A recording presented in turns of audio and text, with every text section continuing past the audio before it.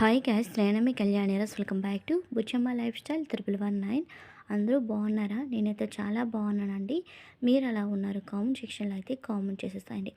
ఈ వీడియోలో మొత్తం ఫుడ్ వీడియో అండి. అంటే healthy breakfast and healthy lunch curry ఎలా ప్రిపేర్ చేసుకోవాలి అనేది ఈ వీడియోలో మీకు చూపించబోతున్నాను, చూసేసేయండి. అయితే ఎర్లీ మార్నింగ్ దీపారాధన అంతా అయిపోయిన తర్వాత ఇంకా మార్నింగ్ బ్రేక్ఫాస్ట్లోకి అయితే కొర్రల ఉప్మా అయితే ప్రిపేర్ చేయబోతున్నాను. అది ఎలా చేయాలి ఏంటనేది చూద్దాం. ముందుగా గ్యాస్ ఆన్ చేసి కడాయి పెట్టి పోపు దినుసులు అన్నీ వేసుకున్న తర్వాత అవి చిటపటలు ఆడాక క్యారెట్, నెక్స్ట్ పచ్చిమిర్చి, ఆనియన్ అన్నీ వేసుకున్న తర్వాత కొద్దిగా కరివేపాకు. ఉప్మా అంటేనే ఎండుమిర్చి కంపల్సరీగా ఉండాలి. అయితే ఎండుమిర్చి అనేది కొంతమంది ఫస్ట్ వేసుకుంటారు కదా, నాకేంటో ఆనియన్స్ కొద్దిగా వేయించుకున్న తర్వాత ఎండుమిర్చి అయితే యాడ్ చేస్తాను. అయితే ఇవన్నీ యాడ్ చేసుకోవాలి.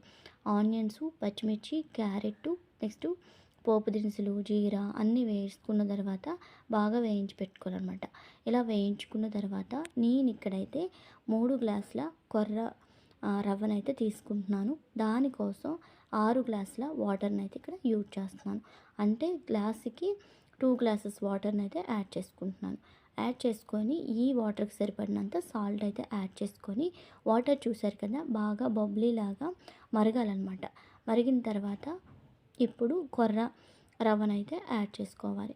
రవ్వని యాడ్ చేసుకున్నాక ఎక్కడ ఉండలు కట్టకుండా ఇలా తిప్పుకుంటూ యాడ్ చేసుకునేటప్పుడే గరిటెతో ఇలా తిప్పుతూ యాడ్ చేసుకోవాలి. లేకపోతే గట్లు కట్టేస్తాయి. నార్మల్ ఉప్మా మనం ఎలా చేసుకుంటామో అలానే చేసుకోవాలి. అయితే ఉండలు కట్టేస్తాయి అన్నమాట. ఇంకా వాటర్ చాలలేదు అనుకుంటే మీరు ఎక్స్ట్రా వాటర్ ఎక్కువ వద్దు, ఒక గ్లాస్ ఎక్స్ట్రా వేసుకోండి. మరీ మెత్తగా కావాలి అనుకుంటారు కదా కొంతమంది ఉప్మా. లేదు ఇలా పొడి పొడిగా రవ్వగా బాగా రావాలనుకుంటే నేను చెప్పిన క్వాంటిటీలో చేసుకుంటే హెల్దీ బ్రేక్ఫాస్ట్ అనేది రెడీ అయిపోతుంది. అప్పటికప్పుడు పిల్లలకి స్కూల్కి టైం అయిపోతుంది, వెంటనే చేసుకోవాలి అనుకుంటే హెల్తీకి అంటే హెల్త్ పరంగా బాగుంటుంది, ఫాస్ట్గా కూడా అయిపోతుంది కొర్ర ఉప్మా. కాకపోతే ఫస్ట్ తినేటప్పుడు చప్పగా ఉంటుందండి. మామూలు ఉప్మాకి ఈ ఉప్మాకి అదే తేడా. అయితే టమాటో కూడా వేసుకోండి, ఇంకా టేస్టీ ఉంటుంది. ఇక్కడైతే టమాటో అనేది నేను స్కిప్ చేసుకున్నాను. అయితే బన్నీకి ఎలా ఉంది నాన్న అంటే సూపర్గా ఉందమ్మా అంటున్నాడు. ఇంకా నేను కూడా రివ్యూ చేస్తున్నాను. చాలా బాగుందండి ఉప్మా, నిజంగా చెప్తున్నాను, వీడియో కోసమనే కాదు. అయితే ఇంకొక రెసిపీ మీకు షేర్ చేయబోతున్నాను అనమాట. ఈరోజు మొత్తం 3 రెసిపీలు. అయితే బ్రేక్ఫాస్ట్లోకి ఉప్మా ప్రిపేర్ చేశాను. మధ్యాహ్నం లంచ్లోకి అయితే క్యారెట్ తురుము కర్రీ అనమాట. అయితే క్యారెట్ తురుము కర్రీ ఎలా ప్రిపేర్ చేసుకోవాలో సింపుల్గా చూసేద్దాం. గ్యాస్ ఆన్ చేసి కడాయి పెట్టి ఆయిల్ యాడ్ చేసుకున్న తర్వాత 1 ఇంచు దాల్చిన చెక్క, 2 లవంగ మొగ్గలు, పోపు దినుసులు, అల్లం వెల్లుల్లి పేస్టు, నెక్స్ట్ ఆనియన్స్, నెక్స్ట్ అల్లం వెల్లుల్లి పేస్ట్ అయితే వద్దు, అల్లం వెల్లుల్లి కచ్చపచ్చగా దంచింది యాడ్ చేసుకోండి. యాడ్ చేసుకున్నాక బాగా వేయించుకున్న తర్వాత మనం ముందుగా తురుము పెట్టుకున్న క్యారెట్ చూసారు కదా, ఇలా తురుము పెట్టుకోవాలి.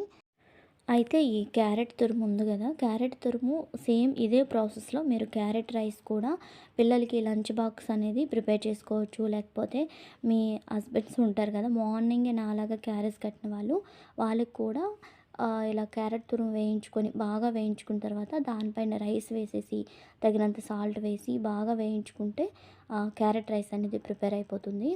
అయితే క్యారెట్ వేసి కాసేపు మగ్గనిచ్చుకున్న తర్వాత చూసారు కదా, క్యారెట్ అనేది ఈ క్వాంటిటీకి వచ్చాక పసుపు, ఉప్పు, కారం అన్నీ వేసుకోవాలి. వేసుకున్న తర్వాత మనం కారం వేసుకున్న తర్వాత బాగా వేయించుకోవాలండి, లేకపోతే స్మెల్ వస్తుంది. నెక్స్ట్ ఇంకోటి ఏంటంటే బాగా కలుస్తుంది అనమాట. నేనైతే అన్నీ వేసుకున్న తర్వాత ఒకసారి అయితే మూత పెట్టేస్తాను. ఒకసారి మూత పెట్టుకున్న తర్వాత మళ్ళీ ఒకసారి బాగా కలయపెట్టి అనమాట, అంటే బాగా కలిపేసాయండి. బాగా కలిపేసిన తర్వాత కొత్తిమీరతో గార్నిష్ చేసుకుంటే ఎంతో టేస్టీ కొత్తిమీర తురుము కర్రీ అనేది ప్రిపేర్ అయిపోతుంది. అయితే ఈ కర్రీ లంచ్లోకి బాగుంటుంది, లంచ్ బాక్స్లో కూడా బాగుంటుంది. నెక్స్ట్ చిన్నపిల్లలకి లంచ్ బాక్స్ అప్పటికప్పుడు పెట్టాలి అనుకుంటే ఇది రైస్లో కలిపేసి డైరెక్ట్గా పెట్టుకోవచ్చండి. హెల్త్గా బాగుంటుంది, చాలా టేస్టీగా ఉంటుంది. రైస్ కూడా చప్పగా అవడం అలా ఏం ఉండదన్నమాట. నెక్స్ట్ అయితే మీకు ఇంకొక సింపుల్ రెసిపీ ఈరోజు షేర్ చేయబోతున్నాను. ముందుగా చింతపండుని నానబెట్టేసి దాంట్లో ఉన్న గుజ్జుని తీసేసి రసాన్ని ఉంచండి. నెక్స్ట్ అయితే దాంట్లోనే ఒక 2, 3 టమోటా ముక్కలు వేసేసి నేను చేత్తో చేస్తున్నాను కదా! ఆ విధంగా మెత్తగా పిండేసేయండి. ఇలా మెత్తగా పిండేసిన తర్వాత అంటే టమోటా అంటే మిక్సీలో వేసేయొచ్చు కదా అనుకోవచ్చు. ఇలా చేస్తేనే దీనికి టేస్ట్ అండి. దేన్ని ఎలా కుక్ చేస్తేనే అలానే బావుంటుంది. అయితే టమోటా మొత్తం స్మాష్ అయిపోయిన తర్వాత మనకి ఉలవ పిండి ఉంటది కదా! ఉలవల్ని బాగా వేయించేసి పప్పు చేసి ఇలా పిండి చేసుకోవాలనమాట. అయితే దాన్ని ఒక 3 స్పూన్‌లయితే యాడ్ చేసుకోండి. దీన్ని మా ఊరు వైపు అర్జెంట్ పప్పు అంటామనమాట. అంటే చాలా ఫాస్ట్‌గా అయిపోతుంది అని అర్థం. అందుకని మా ఊరు వైపు అయితే దీన్ని అర్జెంట్ పప్పు అంటారు. మీరు ఏ విధంగా పిలుస్తారు కామెంట్ సెక్షన్‌లో అయితే కామెంట్ చేసేసేయండి. ఇంకా నేనైతే ఈ గిన్నె క్వాంటిటీకి 3 స్పూన్ల ఆహ్ ఉలవ పిండినైతే యాడ్ చేసుకున్నాను. 3 స్పూన్ల ఉలవ పిండిని యాడ్ చేసుకున్నాక, మనం బొంబాయి చట్నీకి ఎలా అయితే కలుపుకుంటామో పిండిని, అలా ఎక్కడ ఉండలు లేకుండా కలిపేసేయండి. చూసారు కదా! ఈ క్వాంటిటీలో కలుపుకొని నేను ఒక్కసారి చేత్తో ఇలాగా వాటర్‌ని పైకెత్తి చూపిస్తున్నా. చూసారు కదా! ఇలా ఈ క్వాంటిటీలో కలిపేసి పక్కన పెట్టేసేయండి. ఇప్పుడు గ్యాస్ ఆన్ చేసి వేరొక గిన్నె పెట్టుకొని దీంట్లో కొద్దిగా ఆయిల్ యాడ్ చేసుకోవాలి. ఆయిల్ యాడ్ చేసుకున్న తర్వాత కొద్దిగా అంటే ఒక్కొక్కరు ఆనియన్స్ వేయరు ఇందులో. ఒక్కొక్కరు ఆనియన్స్ ఏస్తారనమాట. అది మీ ఆప్షనల్. ఆనియన్స్ వేయకపోయినా పర్వాలేదు. ఆయిల్ వేసుకున్న తర్వాత పోపు దినుసులు, ఆనియన్స్, పచ్చిమిర్చి దీనికి కూడా అల్లం వెల్లుల్లి పేస్ట్ యూజ్ చేయకండి. అల్లం వెల్లుల్లి కచ్చా పచ్చిగా దంచేసి అయితే యాడ్ చేసుకోండి. దీని తర్వాత కొద్దిగా ఆనియన్స్ వేయించుకున్న తర్వాత 2 గానీ, 3 గానీ ఎండుమిర్చి అయితే చెక్కేసి వేసేసేయండి. కరివేపాకు ఉంటే యాడ్ చేయండి. లేకపోతే స్కిప్ చేసేయండి. కరివేపాకు ఉండాలనే లేదు. ఉంటే ఇంకా స్మెల్ గానీ, టేస్ట్ గానీ బావుంటుందనమాట. ఇలా వేసుకున్న తర్వాత బాగా వేయించుకోవాలి. చూసారు కదా! ఈ క్వాంటిటీ వచ్చే వరకు ఆనియన్స్ ఇలా వేయించుకున్న తర్వాత ముందుగా మనం కలిపి పెట్టుకున్న కంటెస్టెంట్ ఉంది కదా! దాన్నైతే యాడ్ చేసుకోవాలి. యాడ్ చేసుకున్న తర్వాత వెంటనే స్పూన్‌తో అయితే కలుపుకోవాలండి. కలక కలపకపోతే ఏమవుతుందంటే ఉండల్లాగా కట్టేస్తదనమాట. సేమ్ బొంబాయి రవ్వ సారీ అండి. బొంబాయి చట్నీ ఎలా చేస్తామో అలానే చేసుకోవాలి. దీంట్లో ఇంకా మీకు స్పైసీనెస్ కావాలి అనుకుంటే కొద్దిగా పసుపు, కొద్దిగా కారం, కొద్దిగా సాల్ట్ అయితే యాడ్ చేసుకోండి. అంటే సాల్ట్ అనేది కంపల్సరీ, పసుపు కంపల్సరీ. ఆహ్, కారం ఉంది కదా! కారం వెయ్యాలా వద్దనేది అది కూడా ఆప్షనలే.